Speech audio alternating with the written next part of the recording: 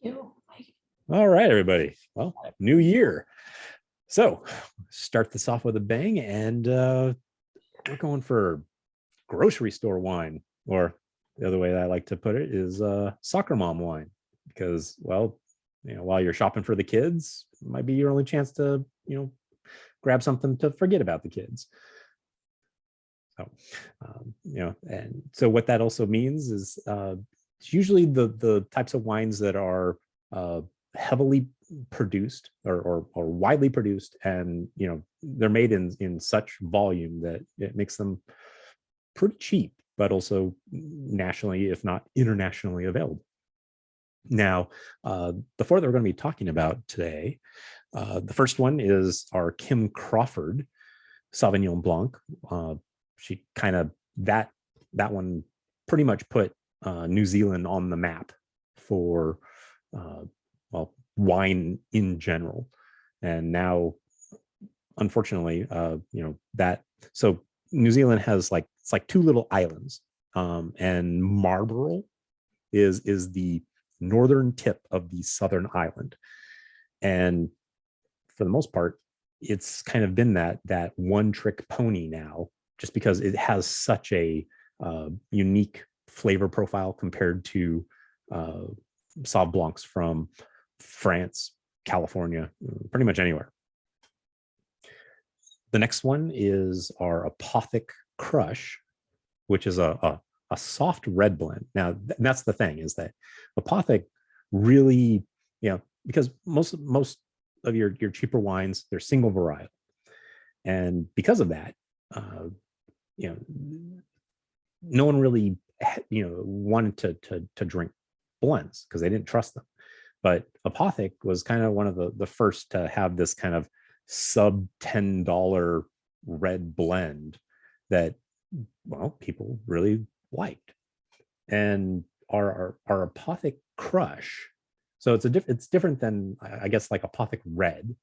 The Apothic Crush is still a red blend, but I think it says it's got Petite Shiraz, which is a kind of a heavier grape, but then it also has Pinot Noir. So that's going to add some kind of earthiness to it, and then Zinfandel, so it's going to add a little bit of pepper and spice. So, I mean, those three things in combination. Petite Syrah, it's a heavy grape, but it's also, again, very, very soft. It's not very acidic. So that's why, this is actually called, instead of just red blend, it's their soft red blend. Our next one in our list is the Yellowtail Shiraz. Now, again, they kind of put Shiraz on the map for just your regular public. Now, compared to Southern Australia, where where we like to kind of drink our quality cabs from, Yellowtail is kind of in the southeastern portion of Australia.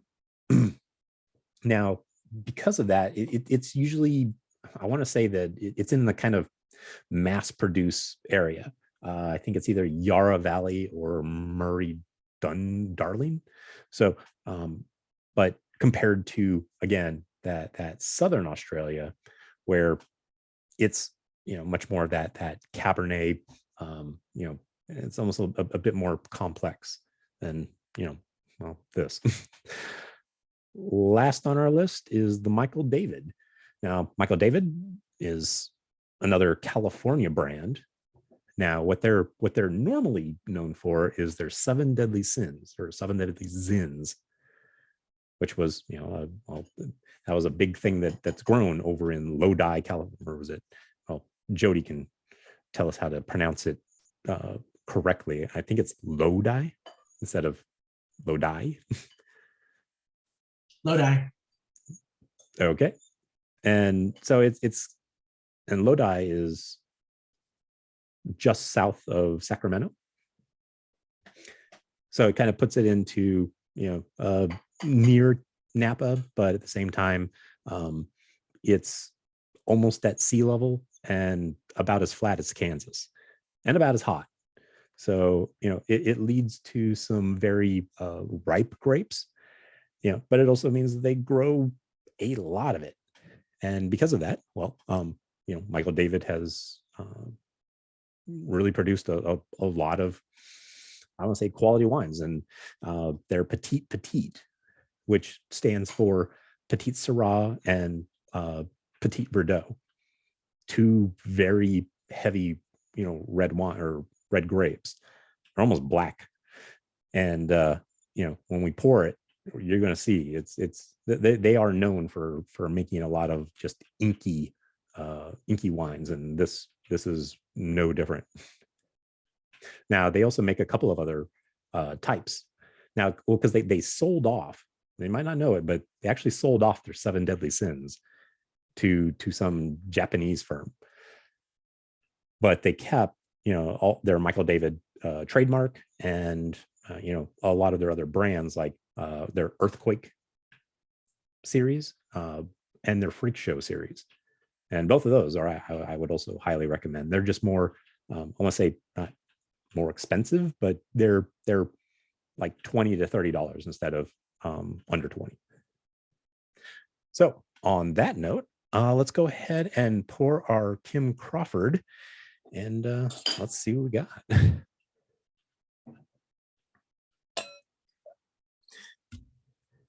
Now this, you definitely want to drink this one, much more chilled. But yeah, as we're looking at this, I mean, this is light straw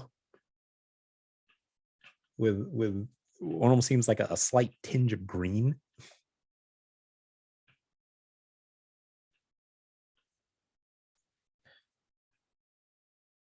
Yeah, screw it. I'm not going to do the alcohol swirl. So let's just go ahead and swirl and sniff and see what we catch on the nose.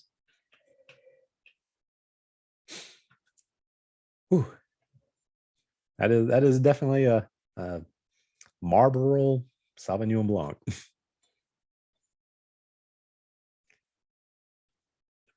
So what's everyone smelling?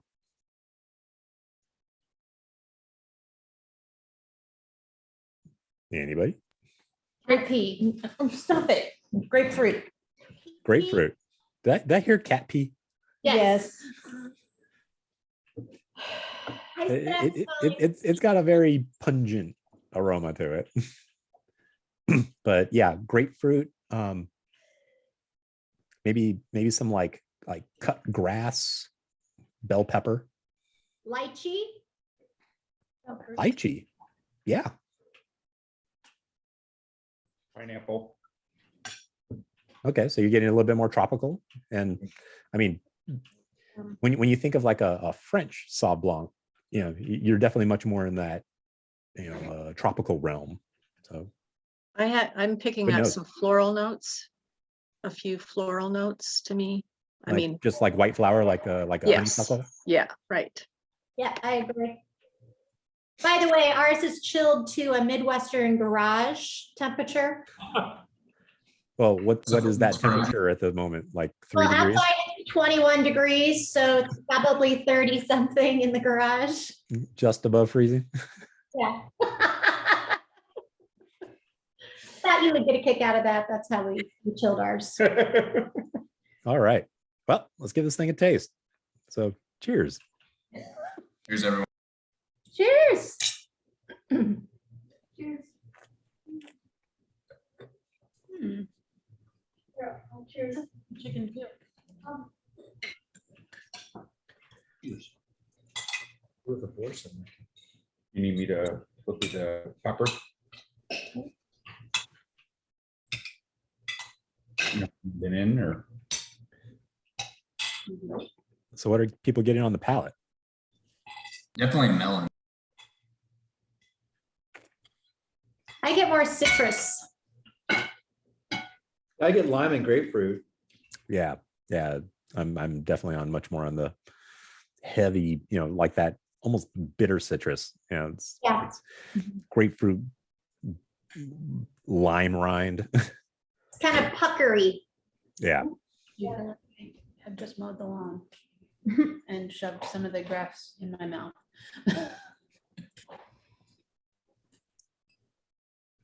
Yeah, a lot of grapefruit. Now, actually, yeah, I would say that compared to, other years, this isn't as green as, I've A little more. expected or experienced in the past. So, maybe even they're starting to move away from that one trick pony of, grass and grapefruit. Oh, I think it's good with the chicken. It's good with the chicken. I think the lime Mm-hmm. and the chicken or the lemon. And the chicken. But, It's good. I mean, It's good with. in terms of pairings, I mean, if you have anything that's kind of pepper based, or green pepper based, that's usually what this goes so well with. That's why I had kind of recommended like bacon wrapped jalapeno peppers. But anything that you've got that's got some kind of green note to it, like basil or chives, those should go pretty well. But yeah, let's try a couple of different things, and if anything all of a sudden just comes to the forefront, let us know. The Scampi, it goes well with that. Okay. What would you say, Sarah? the caprese salad. Caprese. Oh yeah. The first base. Is that basil really popping? Mm-hmm. Oh yeah. It's actually going really well with a chicken Caesar salad that I have as well. Nice. Sounds good. And then Rob made this chicken with lemon juice as one of the main ingredients, and it's really nice with that. It also has salt and pepper and egg, flour, and paprika, And lime. and wine, yeah. Chicken with Some advent lemon calendar juice. wine. That's why the scampi's going well, because it's got lemon and it's also got wine in it, so. Is it colored in wine? Yeah. I still have a whole bunch chilling in my garage. I've tried several, like, hey, come on, try one of these, I'm gonna drink it. It's gonna be good. Maybe it's not cold enough, maybe better. What are you pairing it with? Not in the Me? refrigerator. I have some chicken and mushroom ravioli with pesto over top. Oh, chicken and cheese. That was had to be corrected. It's not bad with anything that I can, there's nothing been like, ugh. Mhm. Right, yeah. Just like a everyday wine, a table wine. It goes Yeah, great with. and I mean, I'm not expecting any of these wines to completely, rock some socks, but in a pinch, if you're on your way to a party and you stop by the store to get some potato chips for the party, but at the same time you're also able to grab some wine. At least you'll know what these flavors are that you want to pair with the barbecue wings that are coming to the party too. Those burgers. Richard, my parents were my parents drank this. I've had it with them. So I was like, oh, I'm doing this wine tasting. It'll be wines you actually might like and can afford. Not that they can afford more, but they won't spend more. So we'll see what other ones I might give them a heads up on. It was funny. But I distinctly remember we got this at some golf course restaurant and I was like, they specifically asked for the Kim Crawford. Yeah, I mean, and like I said, this Kim Crawford is responsible for getting Richard into white wines at all. Like I did not like Shards or any others Sauv Blanc. Then someone handed me some Kim Crawford, and it was like, wow, this actually has some. It's a wine that Yeah, sorry. it has such a distinct green to it that all of a sudden is like, and that's me. I like a lot of green flavored foods, and so it was like, okay, well, now I have something for all those. It's also good with the chevre. The goat chevre. Yeah. Yep. With a bunch of herbs. It's got garlic and I don't know what else, a bunch of other. We got some boursin with herbs and it's also good with that. Oh yeah, it would be really good with boursin because not only that, but it has the pepper in it too. Yeah, exactly. Yeah, Rob, thanks for reminding me this was happening. I haven't been checking very often, and your reminder was like, oh, I would love to do this. This will be fun.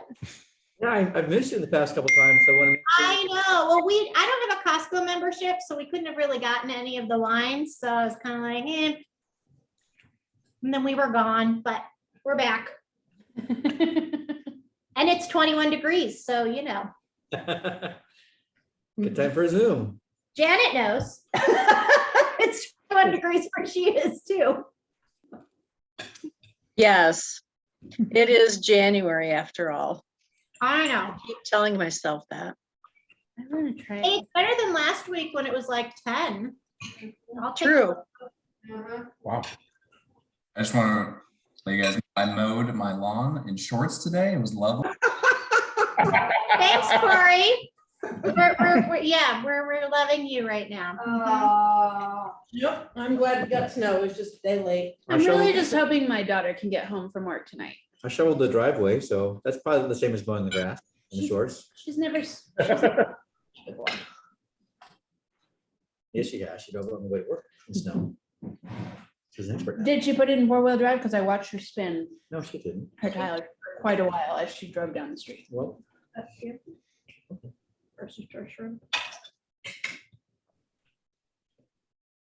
By the way, y'all, killer scampi, 5 minutes. Grocery store shrimp, little butter, little garlic, little white wine. Stir it all up. These are amazing. good. Not Look at bad. that. No, there's like 4 more for you. Garlic. All right. How's everyone's glasses looking? Mhm. Almost empty? I used to got a little bit. Maybe I'm some- scared to leave. You're scared to leave? Yeah, to leave this bottle. Ah, Yeah, what are you most scared of, Corey? Which bottle? Right outside. The Syrah and the Apothic red. I think she's on the north side. Yeah, the Syrah. I don't know that I haven't had yellowtail for a very, very long time. So it'll be interesting.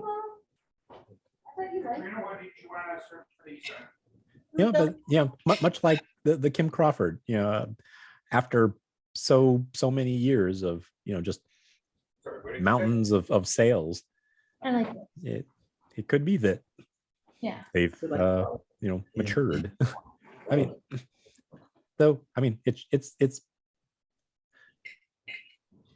it's Shiraz, which is Yeah. Syrah. You can't really go too wrong with Syrah.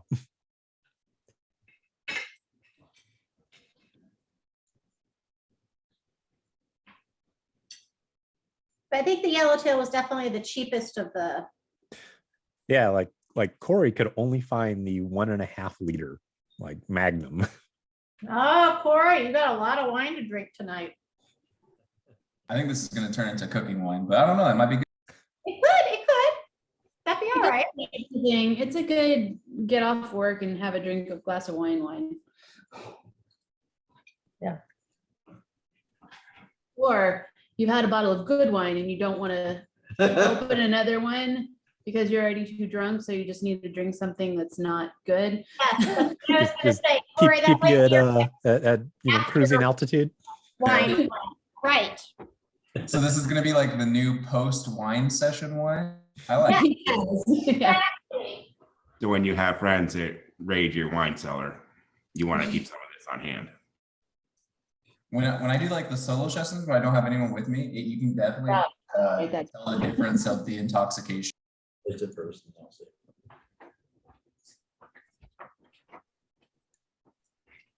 We'll have to have that with. Okay, I think I'm going to move on to the Apothic. The brie, no. You try it. Here, here's mine. Apothic Crush.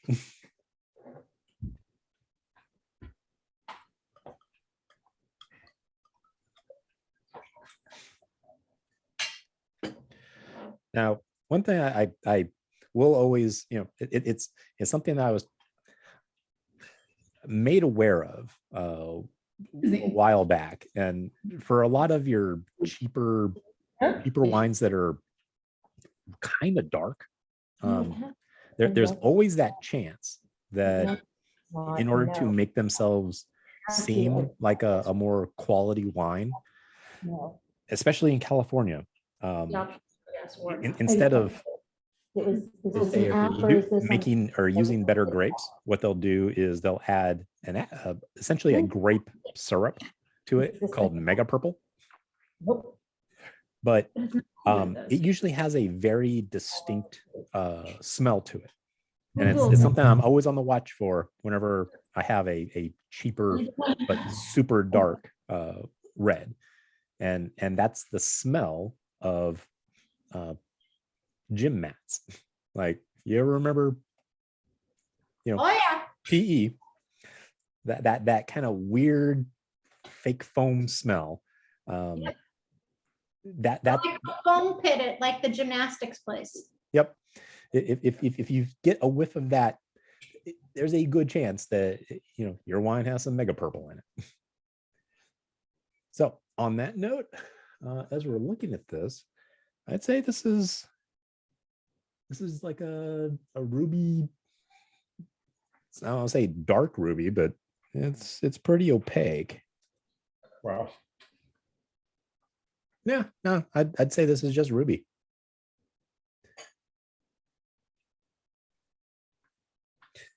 As for a bit of a swirl and check its legs.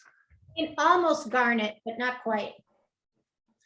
Well, garnet would, yeah. I was going to say garnet kind of implies a bit of brown. Yeah. And I mean, these things, I'm hoping that yours is pretty new. It should be like a 2020, maybe 2019, but more likely 2020. I think it's a 2020. I don't know. 2019. Okay. Yeah, you'd be looking at something that's like 5-6 years old before it starts to get that kind of garnet. But Yeah. as for the legs, I mean, this is kind of like a typical California. They're pretty thick. So this has got to be like 14.5. And survey says, where does the survey say? If you can find it. Yep. 13.9. It's on the front of the label, like way up in the corner. Oh my gosh, it is. Huh. I'm trying to hide it for some reason. But all right, let's give it a swirl and a sniff.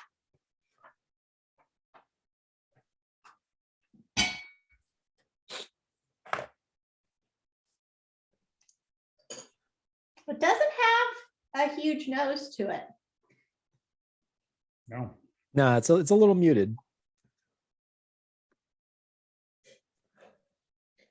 Not sure. Berries. Yeah, I was gonna say it's like, it smells like, yeah, it's like sort of like cherry and blackberry. Right. I was gonna say maybe stewed fruit, something like that. That's what I'm getting. Not the cranberries, but the other one. Currants? Yeah, currants. So does Apothic like buy grapes from people that are just getting rid of grapes kind of rather than grow their own, or do they just land all over? Yeah, they just buy grapes from anyone selling grapes. That's why it doesn't really have a, its appellation is California. But then this could be, Robert Mondavi mixed with Two Buck Chuck or whatever. Could be Whatever. Whatever. Could be same place that you get your Franzia from. It's but okay, well, let's give this thing a sip and see if we like it.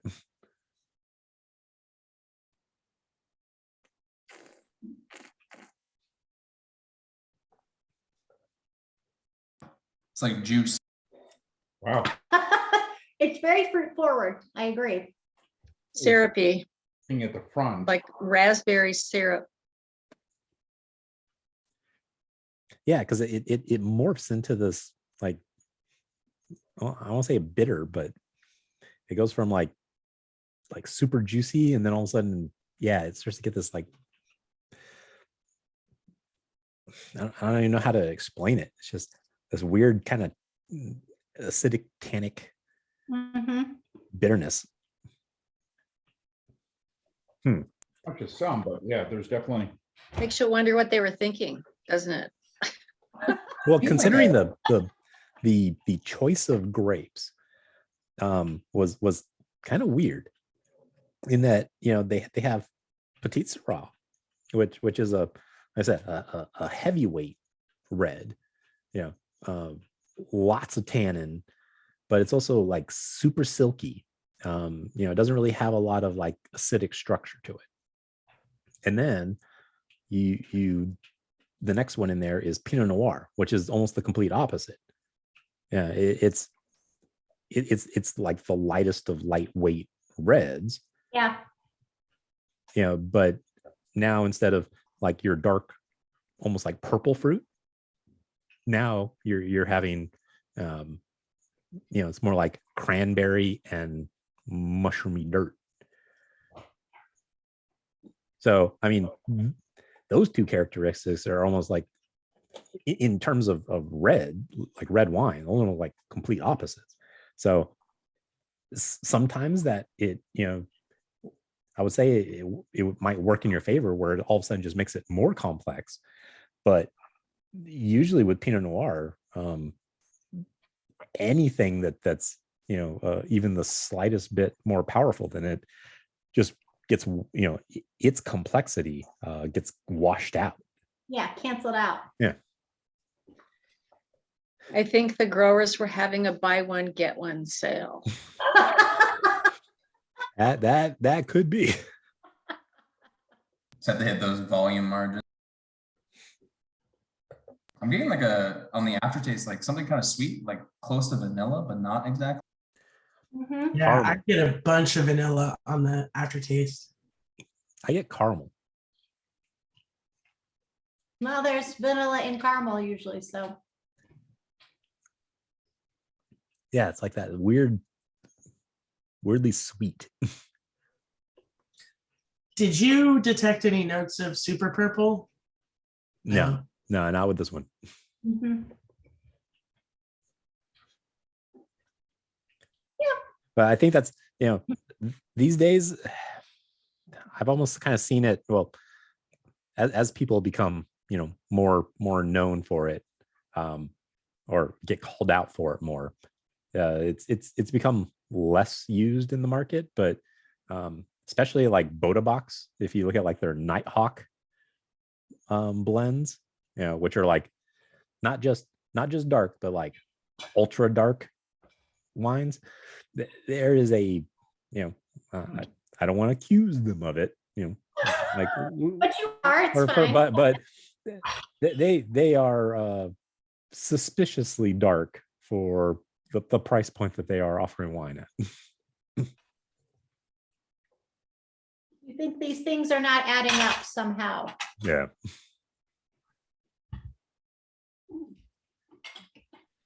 I don't know. All right, so what do you recommend pairing this with? Sadness. Water. The nearest dump bucket.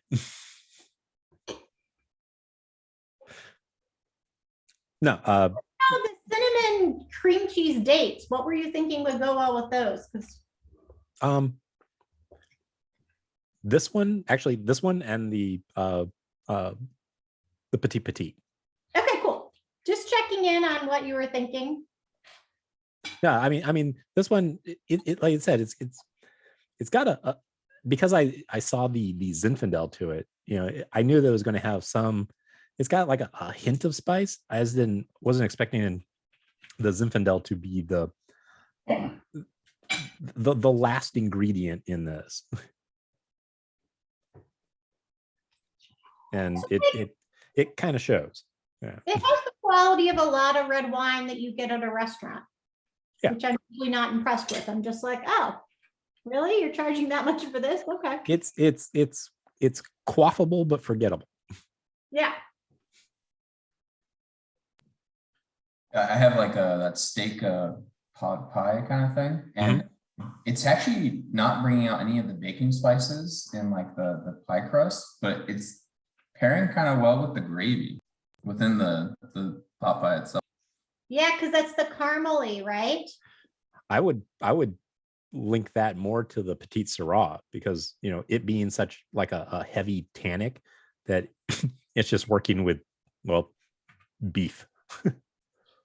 It's bringing out the herb and the chevre more than the other one did. I agree. Which is really interesting. I mean, it's pretty good with chevre, actually. Such as it is. Right, such as, well, maybe it's a wine with food kind of wine in a pinch. So I've got some gnocchi that I put a marinara over top, but the marinara had truffle in it. Did it bring out the truffle? Yeah. Okay, cool. So it could be good with mushrooms, maybe. This does seem like actually a good pasta one. Like good sauce. That's the Bellavito and it's blue. I'm gonna try it with, we've got like roasted eggplant and tomatoes. I'm curious. So I got a cranberry cinnamon goat cheese, and it goes really, really well with that. The cinnamon and the berry flavors really play off each other well. Yeah, I could see that working well with that. Yeah, because I had that this week. Yeah, with the eggplant, it brings out more of the bitter, which is interesting. Not bad, just interesting. It's got like Provençal salt, so we'll see if anything picks that up. It's actually not as bad as I thought it was. This is much better than their normal red. Yeah, and like some of the others have like gimmicks to them. Yeah, there's like the Inferno that's got was it like aged in like a whiskey barrel or something?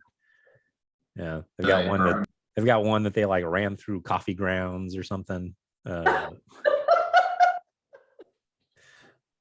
So I mean, okay, you start off with the blends, and then all of a sudden you get like weird.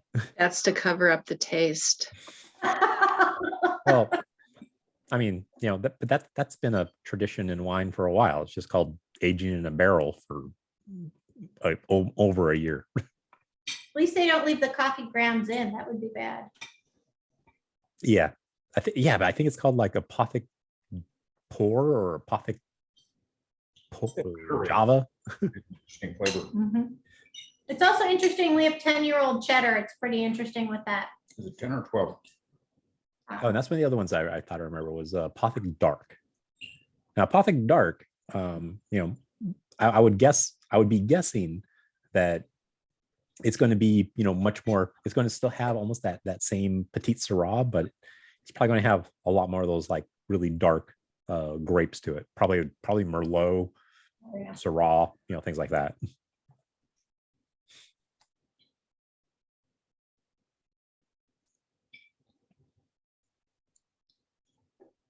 All right. How's everyone looking? Ready for next? Ooh. Okay. Yes. Now I'm ready for the rest. All right. So let's head on to the yellowtail.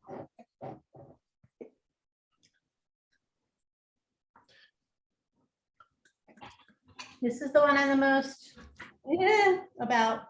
It's a 2020 no less. So I don't know. 2020 was a good year. Well, according to the yellow stripe on the back, it says it's rich and smooth with juicy red berries and hints of vanilla and spice. Wow. Tar, and it smells like tar.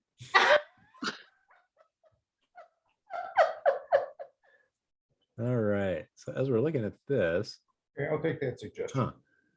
Now I might have made a mistake in terms of in the tasting order, because this is looking Oh, a little bit lighter than I agree. the last. Yeah, it's still in that ruby range. It's just a little bit lighter than the last one. Yep. But it is a Shiraz, so you had a good idea there. Yeah. I guess I wasn't taking into account the Petite Syrah that was in the Apothic Crush. Now, this one, it's actually coming down. It actually looks slower than the last one. Yeah.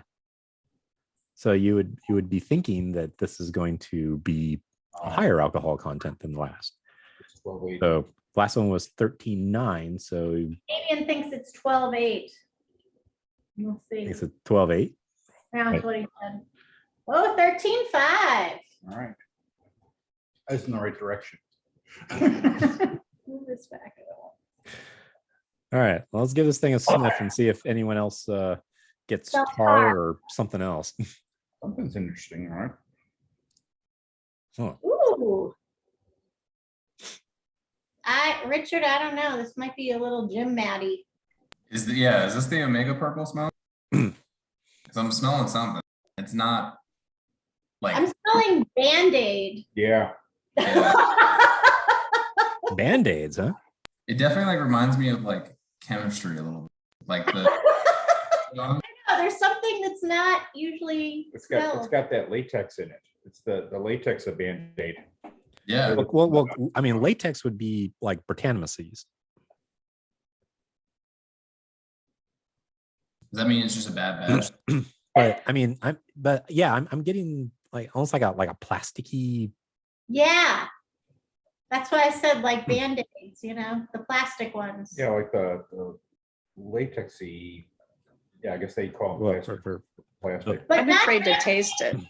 But not Band-Aid like what you said means they haven't cleaned their stuff. It's more plasticky rather than a Band-Aid. Like a plastic Band-Aid. for those with latex allergies. Right, exactly. Exactly. It's like the type of smell you All that want. many Band-Aids. Like the type of smell you want when you get like a fresh package because you know like it's been sealed correctly. Yes.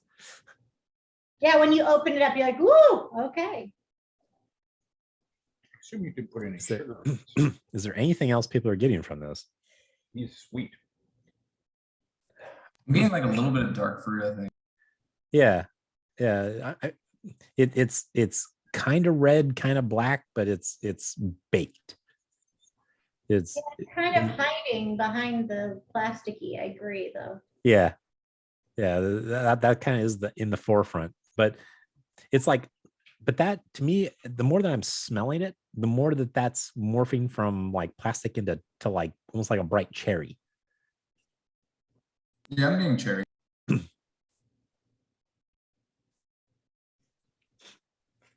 Janet, are you still standing by your tar? No. But it is definitely an unnatural kind of an experience for sure. It's a synthetic something. It is a synthetic something. Yeah. Well, That's what I would Yeah. let's give this thing a taste then. Do we have to? Well, Yes, yes, we have For to. science. Just so you More know, science. The 15-year-old says it smells like wine. That's her nose. She wanted to smell it after she heard everything we were saying.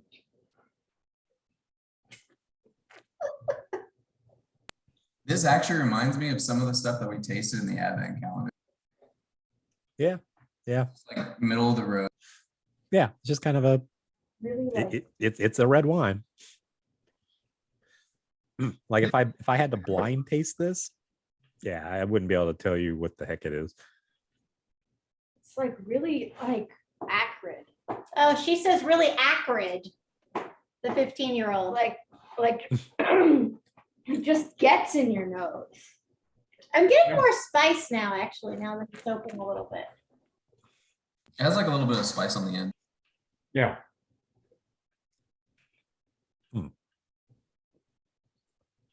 I would say tastes better than it smells. Yeah, I'd agree. Absolutely. But it does have a really, really flat drop off. Like It's one of those cliff wines. Is anyone getting like a little hint of like tobacco on the end? It's got a spicy Let's see. linger. Not at all. Your cheese is 12 years old. I'm getting Yeah, something. I would say it's more like cigar than pipe. Yeah. Yeah, it definitely kind of has that like that aftertaste. Well, after smoking a cigar. Yeah, because and not only just like the tobacco, but it almost tastes like you've smoked a cigar. It's got that kind of like again, that acridness. Yeah. You ever use like artificial smoke when you're cooking? It kind of like reminds me of that. Okay. I can totally see that. Like Have you under done the close. That would be a scandal. Like if they just bypassed aging in a barrel and just added some like liquid smoke. Well, not liquid smoke, but like, when people use a smoke machine. Like at a rave or something?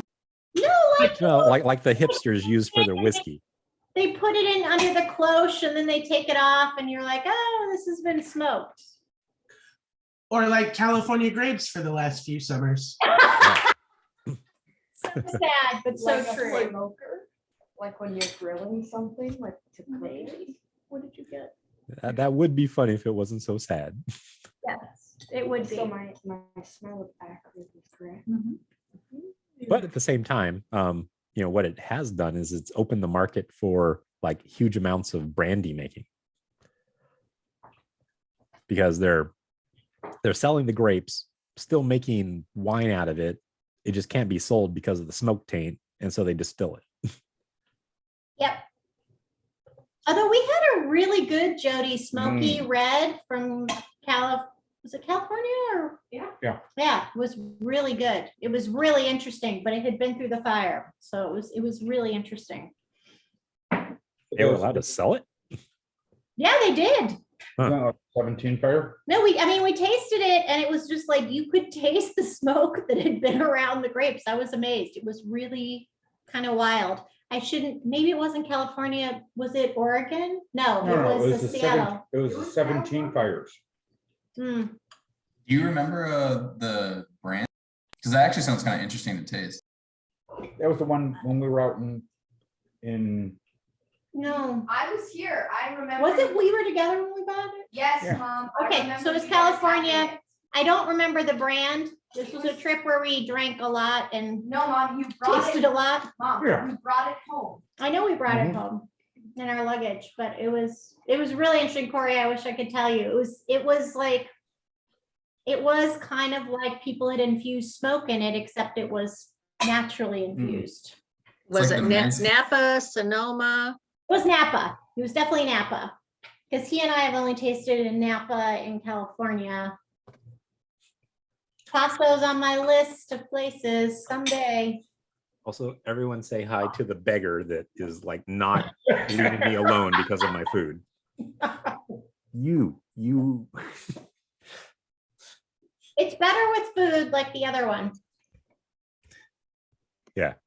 Have to feed the cat first. I learned that. Oh, she's got food.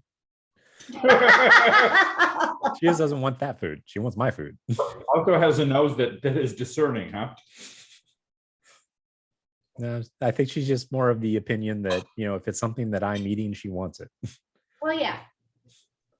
You haven't eaten any of her food, so she's like, well, I'll save that because that's safe. Exactly. Fair. Yeah. It's a boundary issue, quite honestly.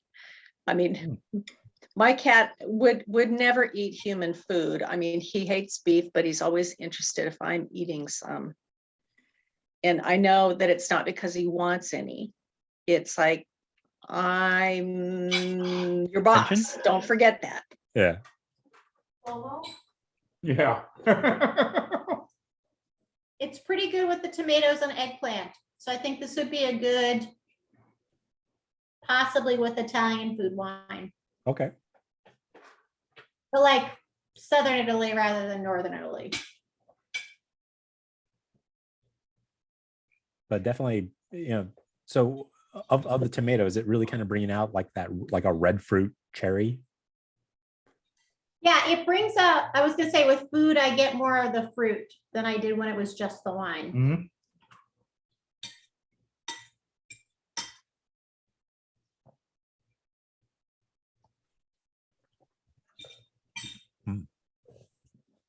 Actually goes well with the pesto.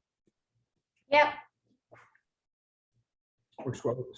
It brings out. For some reason, that herbaceousness kind of comes out. It's weird. It's actually doing something with the baking spices too in the crust of this pie. Yeah. So this is not something that you just Is there another shot left for you? sip on its own. It is This goes really well. definitely food wine. So Richard, do the same standards apply to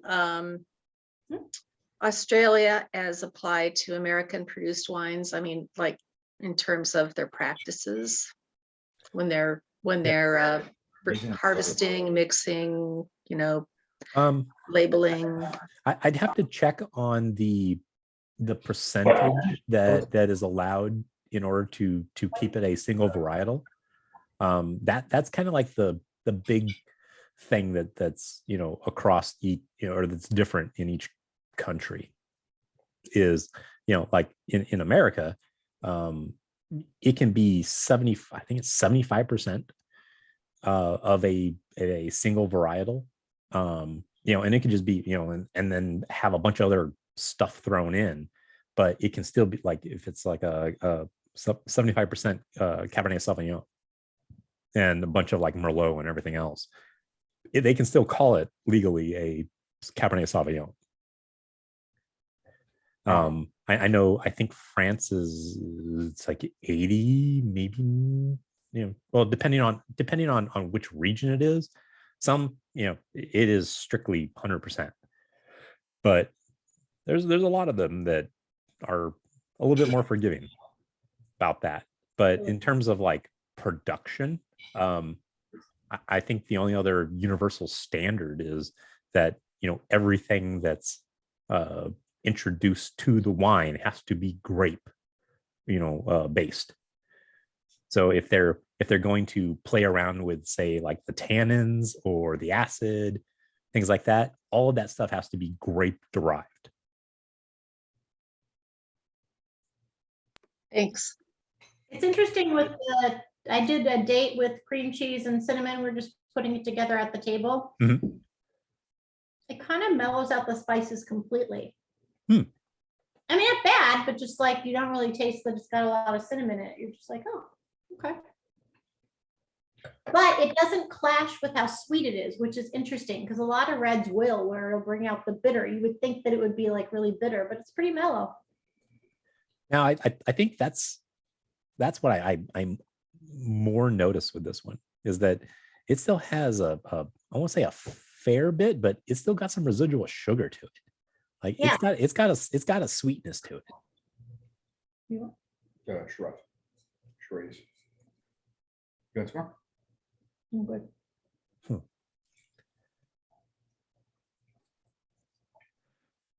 All right. I see well, at least of those of us that have cameras on, I see empty glasses. So we are going to move on to what I also consider, the favorite. This is my kind of go-to for grocery wine is Michael David. So we couldn't find the Petite, believe it or not. So I think I saw a freak show. Yeah, we got freak show. Okay. And we had some last night because we had a really fancy dinner and it was pretty decent. Is that the freak show cab? No, it's freak show. Can you hand it to me? It's actually freak show red and it's 2018. It's got a cute, the side label on it is looks like a ticket to the freak show. All right. So the well, for us of this with the Petite, I mean, this is dark ruby, if not verging on purple. Yeah. It is really coating the glass. It Yeah. just amazes me. Yeah, and oh yeah, as you spin it, like it leaves a red tint as it's pulling down, which tells you that this thing it's both highly extracted, but that where it was grown is also pretty warm because it is getting that ripe. Explain the highly extracted, please.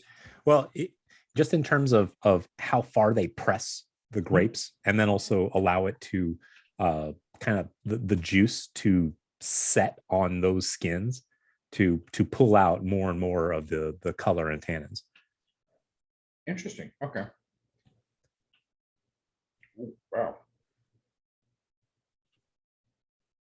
Now these are coming down thick. Wow. Okay. I just looked at what ours is. I mean, knowing Michael David, knowing Lodi, I mean, if I had to guess on this, it's probably going to be 14.5, if not 15. So ours is 15 and ours is actually from American Canyon. Okay. So 14.5. 14.5. Wow, that's a 15, huh? Ours is a 15. That seems. Do you read it as a 15 on yours? On your glass? Yeah, kind of. I mean, I think it's, yeah, it's a little It almost reads faster reverse. than what I would say is a 15. Yeah. Because when I was in Seattle, I drank a lot of 15 pluses and Mhm. they were much slower than this was. Okay. It does not read like 15 in my mind. All right. So let's give this thing a swirl and a sniff. Yeah, it swirls quick. What are people getting on the nose for this? Not that much, surprisingly. Really? I mean, I'm not, but maybe my nose is. Maybe I have COVID. Who knows? I mean, ours is different, but I'm getting I'm definitely getting a stewed fruit. I feel like cranberry. Wait, did you say stone fruit? Stewed. Stewed, like it's been sitting there bubbling for a while. Yeah, it's past cooked, and like it's starting to get that kind of sugary sweetness. Yeah. Yeah, I mean the Petite it smells more like blackberry and blueberries. Ours also has quite a bit of spice, I would say.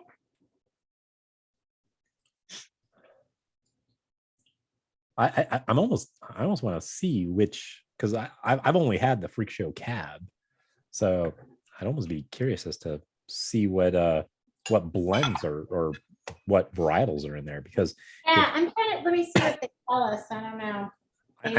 I would almost bet that there is a heavy amount of Zinfandel in that. Yeah, that would make a lot of sense. I mean, we had, what did we have last night? We had beef Wellington or short rib Wellington, and it was really good with that. I mean, not as good as like the wines that I usually get, but it was pretty decent. Okay. This last one here? It is just pure blue. Okay. Oh, it's the hook. So according to the product description, Freak Show Red is Petite Syrah. So, I mean, that part is the same with the Petite with a splash of Suzhou. I didn't know that.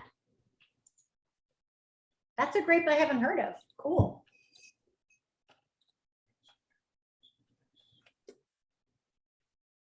Why does that sound familiar? Oh, okay.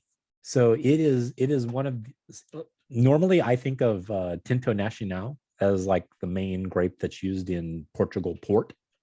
Okay. Suzhou is one of the others. Okay. It's like one of the three. And how do you spell Suzette? I was gonna say, is there a white? Souzao.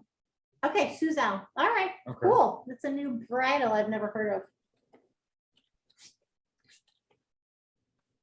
I knew it looked familiar, but yeah, it's like or not Tinto Nacional, but Touriga Nacional, Oh, cool. and then also like Touriga Franca is usually. Okay, yeah. I've heard of Rigo.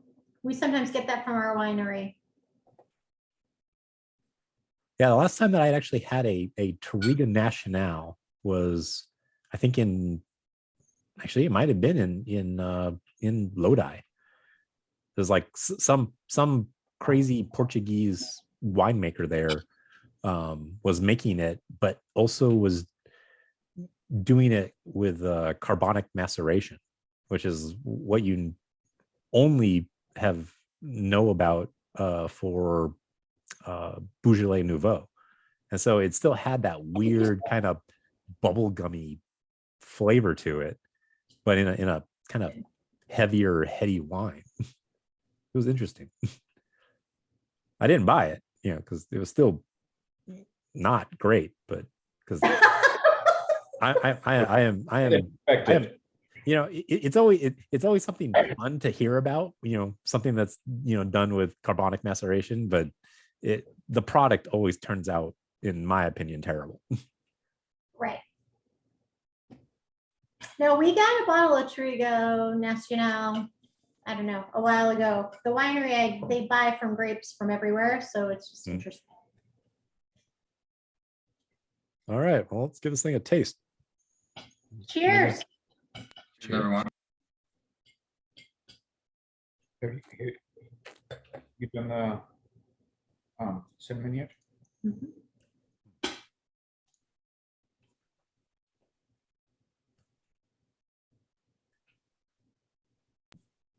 Ours is better than it was last night, which is not always the case, but this is better.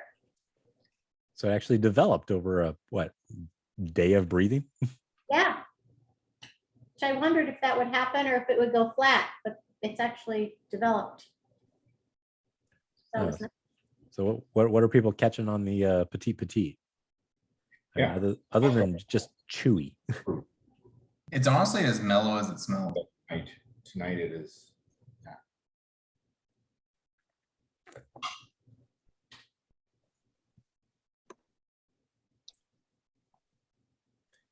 Yeah, I'm not getting as much blue fruit, but definitely black fruit, and weirdly like a little bit almost like bacon fat.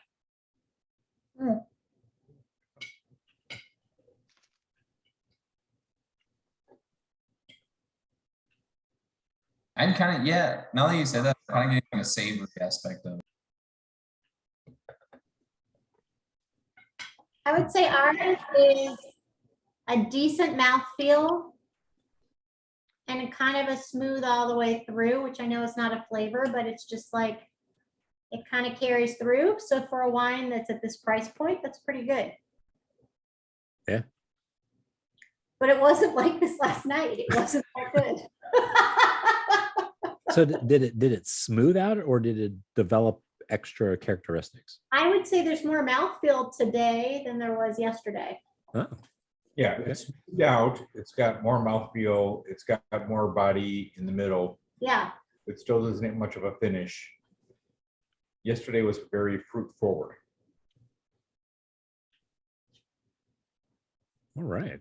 I kind of feel like it's a little chalky to me. I mean, and maybe that's just the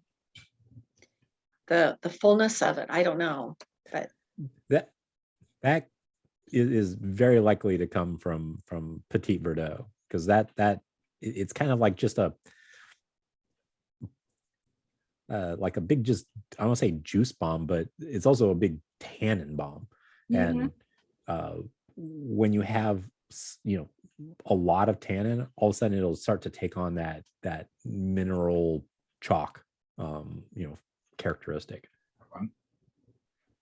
And again, because this thing is like there aren't that many super heavyweight red grapes. There's pretty much Syrah, Petite Syrah, and Petite Verdot. And considering we have 2 of the 3 in this glass, yeah, it's going to be tannic. It's good with blue cheese. We have some really awesome hooks blue. It's good with that.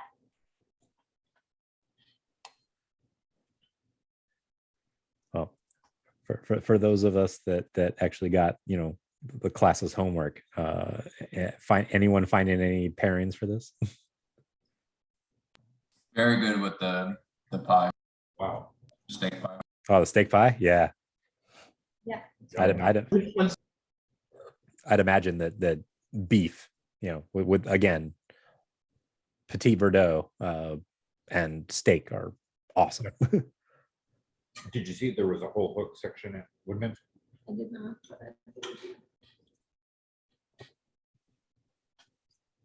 Save a little veggie for Shiraz. Okay.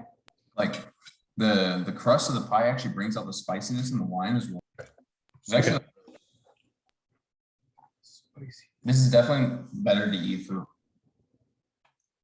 I think that kind of seems like the theme of the night. Is that by itself kind of questionable wine, but with food, good. No, this one is the least questionable. This one I could drink. That'd be okay. Okay. I definitely wish I had Earthquake right now, though, to be 100% honest. Oh yeah. I mean, as much as I like Freak Show, yeah, Earthquake is to me, Michael David's like, before you start to get into their boutique wines, which are like their they've got ones named after each of the 7 deadly sins or 7 deadly sins. You know, like at one of the last meetings I had with Team Foodie, I had actually brought, I think it was Lust along with me. What would you say the percentage of? And whew, that was a phenomenal, you know, I mean, it's like $60 dollar wine instead of their normal $20 wine, but yeah, it definitely showed that, you know, it for being 3 times the price, it was also more than 3 times the quality. It's actually like a really cool theme too. I like that. Oh yeah. Okay. Is it like what tastes better, greed or lust? I don't think I've seen a greed come out yet. There's been a sloth, wrath. Just straight Dante's Inferno right now. Yeah. Yeah, I don't think they've had a This is really a greed one yet. Yeah. For that, I go to my my Berghold wine from actually also Lodi. Funny enough that it's just a bottle that says, you know, it's a, I think it's a cab blend, and it's just capitalist. That was amazing. Actually, let me go grab it real quick. Oh, Oh, you have all of them, Kurt? I see 7 deadly. I see sloth right I there. do if I can figure out how to use the camera. There you go. Did I influence you to get all of those? Yeah, sins are like my favorite things. I like sins. So I just went. Rolling out. That's awesome, Kurt. I love it. He's When are finally we coming to your house again? he's finally showing off the stat. That's Yeah. great. So which ones do we have there? So I see sloth. I see rate. Is that wrath? I think these are the only 4 they made. So they had like 4 Zin, you know, plots of land or whatever, and then they sold. So He doesn't. maybe the Japanese folks will create the other 2 sets of 4. So lust, sloth, wrath, Gluttony. gluttony. Mhm. Which one's gluttony? I can't even see. Where you eat too much. I know what gluttony. It's not necessarily. And of course, it's in like the wide hip Bordeaux bottle. makes it hard to fit on the wine rack. What is? Can we see the dog too? That's a big Cinnamon boy. dates. It brings out the cinnamon. I can taste the cinnamon. Is that a Saint Bernard? Was Yeah, I it? have 2 Saint Bernards. Oh my god. I'm a Great Dane guy, but I love big. Yeah, big Now, dogs. now Rachel really wants to come over and see your dogs. I'm just saying. I see the second one in the back just creeping. All right, let me go find my greed bottle. Greed bottle. It's like if you have to pick the sin you're gonna follow, that's too hard. I want to follow. I bet The the one Barolo's? that Susie Oh, brought, the silver yeah. oak over there. I don't want to keep that one we've already been. All right, It's like a. So, we got It needs to be a special. That's one. amazing. Oh, A Wall Street Bear. It's like a tycoon. What is that? yeah, sitting on a big pile of cash. Because Oh, sorry. Sorry. I guess. Yeah, They with, They have with like the book, another, you with guys the drink book that. Road to Serfdom. Yes. like a little Thomas Sowell call out right there. Yeah, yeah. You need to, like, Do they have like another line that's like the socialist line? do not drink without Rachel. I don't think so. Oh, like dare me to write on the bottle? That will not affect the wine at all. That's not a very big dare. He just wants. All right. Well, now that we've had our bit of fun, I'm going to go ahead and stop the recording. So go ahead and everybody wave goodbye to YouTube. Bye, YouTube.